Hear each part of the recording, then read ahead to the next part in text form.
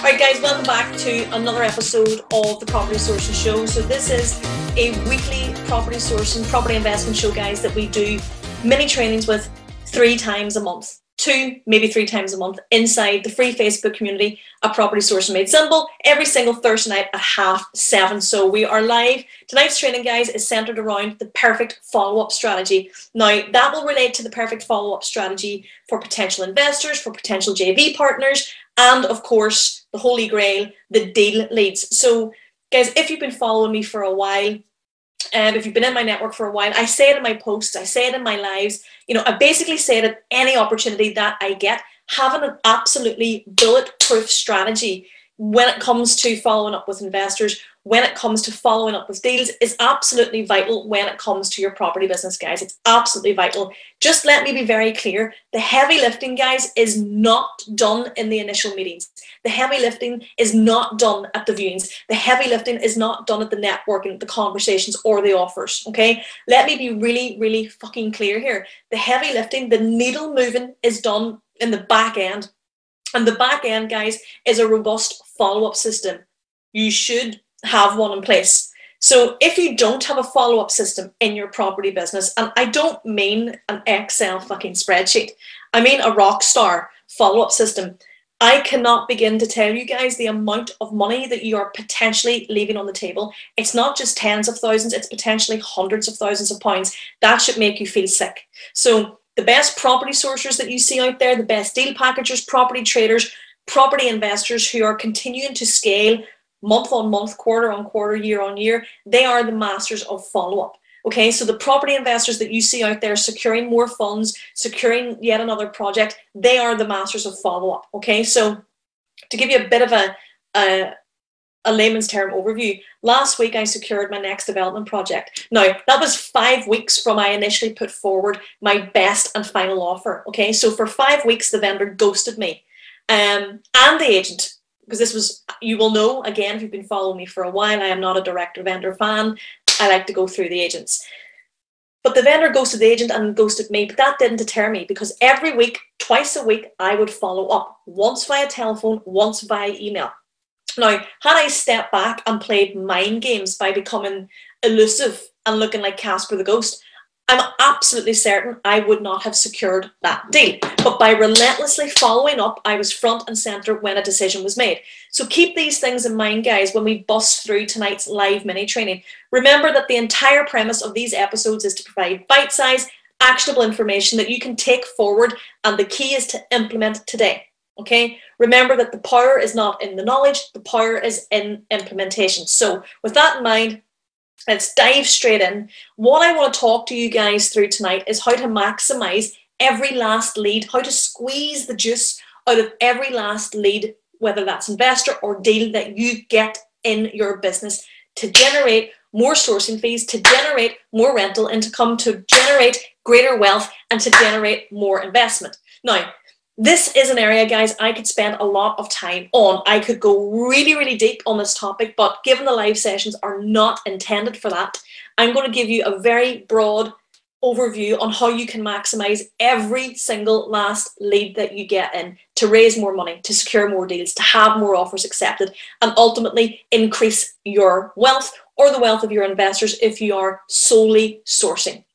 So really important, guys, to keep in mind for the sake of this training, that if you're following up, then it's either with potential investors or deals that you've had some initial communication with previously, and maybe they haven't been onboarded as a client yet, or maybe your offer hasn't been accepted, or maybe the JV partnership hasn't come to fruition.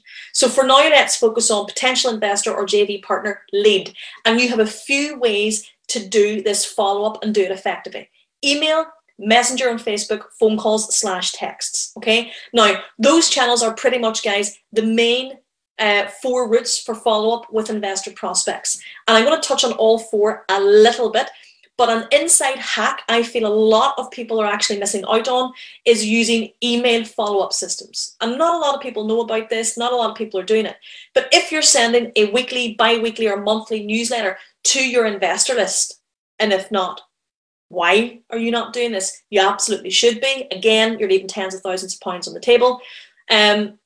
It's actually something I'm super heavy with the guys inside my mentorship program.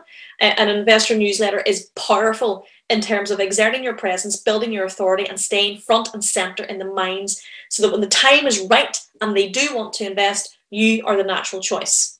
So for everyone who does use email investor newsletter marketing, you're actually not tracking the click-through rates on your call links. Okay, so if you send an email to investors regularly, if you're sending a newsletter, you should have the option for them to book a consultation call, for them to book a wealth creation call, for them to book a strategy call with you.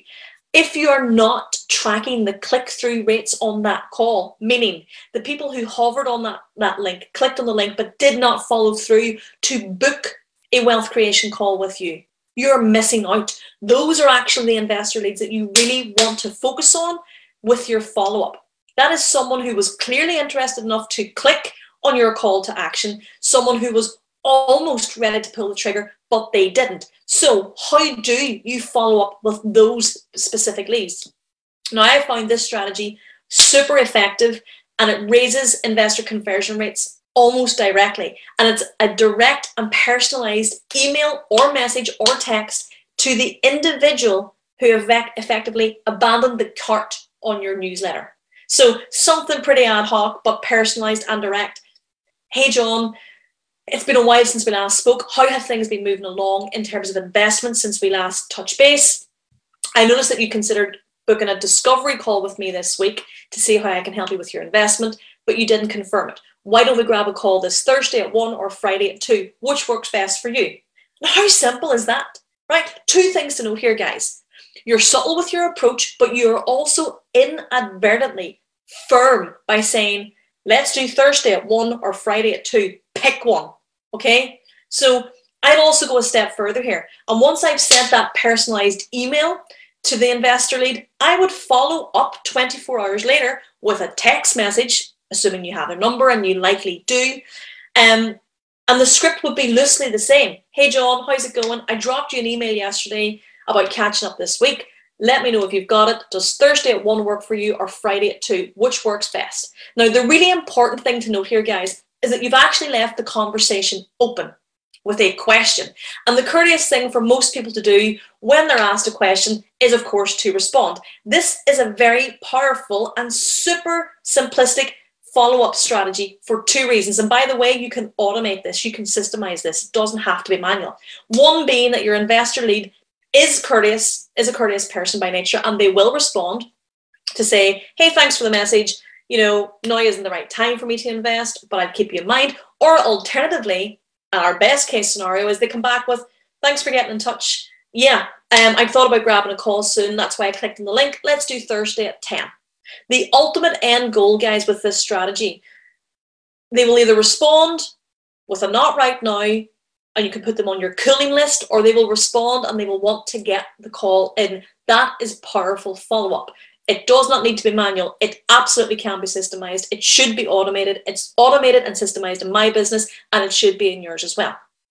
Now, what's more with this strategy, guys, when it comes to follow-up, is it actually allows you to weed out the upfront types of investors that you actually don't want to work with. The investors that ignore the email, the investors that ignore the text, despite having read them. Those are the types of investors that you don't want to work with.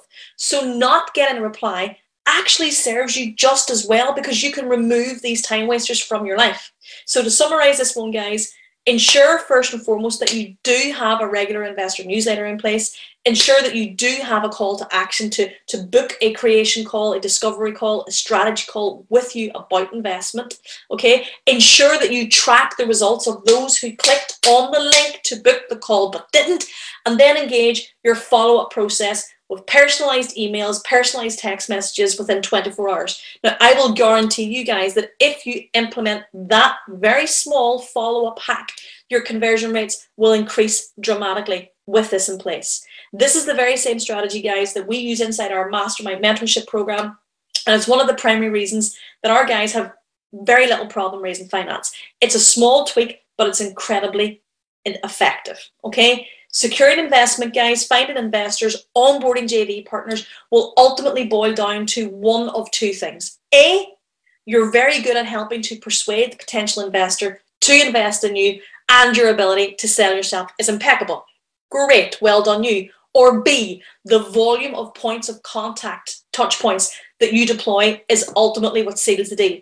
Keep it in mind, guys, that on average, it takes 7 touch points for someone to eventually do business with you. So you need to ensure that the follow-up volume is in play, okay? So volume at the beginning of your journey will outweigh your skill, and that's what's going to bring you in the money, to the point that you do it in such volume that your skill has been raised and the volume can decrease. But you cannot get skill without volume. That's just it. You cannot get skill without volume. So I can't emphasize this enough, guys. The levels of action that you need to be taken needs to be volume based. They need to be consistent. It needs to be calls, texts, DMs, voice notes on your investor lead list. But more importantly, guys, I would urge you to have it automated, to have it systemized. Okay? Automated, to have it systemized. Now, the very same importance of follow-up, guys, needs to be in place for previous potential deals and offers made. This game is not a one-hit wonder. It's not a one strike lucky. It's a game of numbers. It's a game of volume. Okay, it's a game of constant practice of following up. So when it comes to properties that you have previously viewed, maybe you have offered on them, maybe you haven't, but what you should be doing is creating a deal follow-up system. If you don't have a deal follow-up system, what the fuck is wrong with you? What are you doing? Are you even in property? Okay, so DFS, deal follow-up system, it's not just the sofa furniture store, but it's also my abbreviation for my deal follow-up system, right? Does exactly what it says in the tin. It's a deal follow-up system. Now, you should have this system in place for every property that you view, whether they are viewing an estate agent, whether it's direct to vendor, whether you offer on them or not. You should have a deal follow-up system in place. Then after every 30, 60, and 90 days, go back, offer or re-offer on all those properties that are still available but not yet sold. Now, an added benefit for this, guys, is that it's actually less work than having to dig out new deals. So it's often been said in the past, if you're a fan of Bob Proctor, which I am, and I've read a lot of his stuff, there are acres of diamonds in your own backyard, meaning you don't have to go and dig for new gold every single day of the week. You don't have to go out and try and find new properties. If you've got an effective deal follow-up system of backlog properties, it's a really simple system to actually pick up steals and deals. Okay, so every 30, 60, and 90 days. So what should your deal follow-up system look like? Keep it super simple, guys, and draw up one in Excel, or maybe keep one in Trello. We do ours in Trello. And effectively, it's a template. Okay, and essentially what you need is property address, agent or vendor, date viewed, asking price, offer made. Is it still available on day 30? Was there an offer made on day 30? Feedback, so on and so forth. Okay. Now, it's really, really, really important, guys, that you note that a per follow-up strategy quite literally leaves tens of thousands, if not more, pounds on the table, whether that's with investors, whether that's with deals. If you are not implementing a robust follow-up strategy, guys, for both, then you are doing yourself a massive, massive, massive disservice and hugely hindering your ability to grow and scale your property business. This week, guys, I prepared a very brief worksheet on how to follow up like a boss. I'm going to see if I can share that with you guys now. I prepared a really, really succinct worksheet, guys, this week. It's a short PDF, but its title is How to Have a Follow-Up System in Place Like a Boss. I've also included a very short challenge that will take you 15 minutes every single day this week in order to ramp up your follow-up game, in order to get more leads engaged, in order to do more deals and raise more finance. So if you don't have that worksheet and you'd like a copy of the worksheet, just comment worksheet below in the comments and I'll make sure that we get you a copy across. If you've liked what we've talked about here tonight, guys, if you feel that you could be doing with the additional help and the additional support to get these systems up and running in your business and much more, just comment help in the section below and we can have a very quick chat. I hope this has been useful, guys. We'll be back again, same time next week, 7:30, every Thursday night, the Property Sourcing Show. If you like it, smash the like button, share it. Have a great evening, guys. Speak soon.